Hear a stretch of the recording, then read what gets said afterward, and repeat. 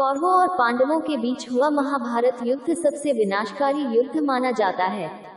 महाभारत के युद्ध में कौरव अर्धम और पांडव धर्म के साथ कुरुक्षेत्र के मैदान में लड़े।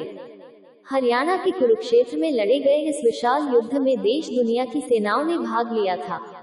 इसे उस दौर का प्रथम विश्व युद्ध भी कहा जाता है। क्या आप जानते हैं महाभारत युद्ध कितने दिनों तक चला था? इसमें कितने सैनिक और योद्धा मारे गए थे? आइए जानते हैं महाभारत युद्ध की महत्वपूर्ण और रोचक जानकारी। कुरुक्षेत्र के करीब 40 किलोमीटर दायरे में लड़ा गया महाभारत युद्ध 18 दिनों तक चला था। इस युद्ध में स्वयं भगवान कृष्ण भी शामिल थे, लेकिन उन्होंने हथियार न उठाने का प्रण लिया था, इसलिए वह अर्जुन के सारथी बने। आर्यभट्ट के अनुसार महाभारत युद्ध 18 फरवरी 3102 ईसा पूर्व हुआ था। महाभारत युद्ध के दौरान ऐसा कोई राजा नहीं बचा था जो इस भीषण युद्ध का हिस्सा न बना हो। यहाँ तक कि रानियां भी अपने स्तर से इस युद्ध में शामिल हुई। महाभारत युद्ध में करीब 1.25 करोड़ योद्धा सैनिक वीरगति को प्राप्त हुए थे। इनमें करीब 70 लाख कौरव पक्ष से तो 44 लाख लोग पांडव सेना से मारे गए थे।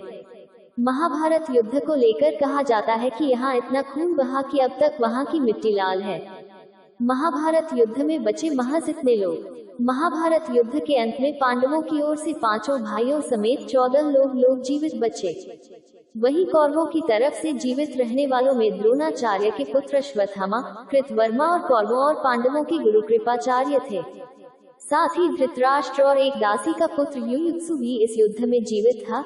युयुत्सु धृतराष्ट्र का पुत्र होने की वजह से युयुत्सु भी कौरव ही था, लेकिन धर्मात्मा होने से उसने पांडवों की तरफ से युद्ध लड़ा था।